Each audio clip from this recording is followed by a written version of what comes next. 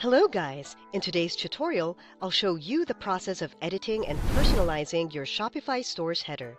By the end of this video, you should feel comfortable making changes so your header matches your brand and looks more refined.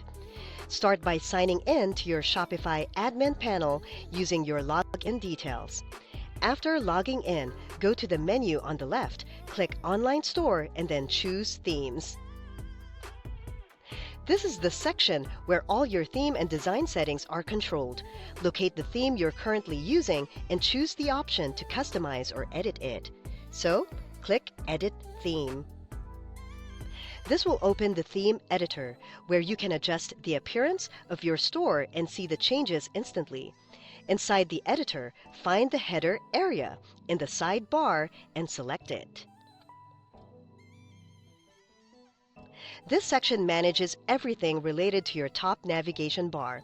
Here, you can modify the text in your header, such as your store title or the names of your menu links. Keep your label text simple and easy to understand.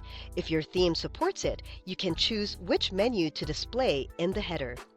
Make sure the essential pages like Shop, About, and Contact are clearly accessible. You can also upload or change your logo in the header settings.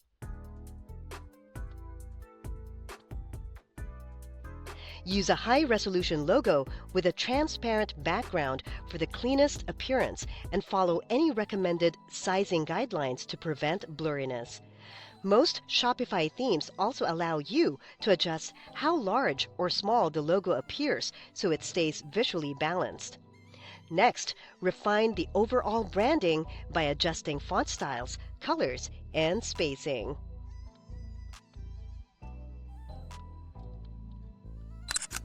Ensure your text colors contrast well with the background for readability. Pick a font that represents your brand's personality and remains legible even at small sizes. Modify padding and spacing so your header looks neither crowded on desktop nor overly large on mobile devices. You can also toggle additional features such as a search box or a cart icon.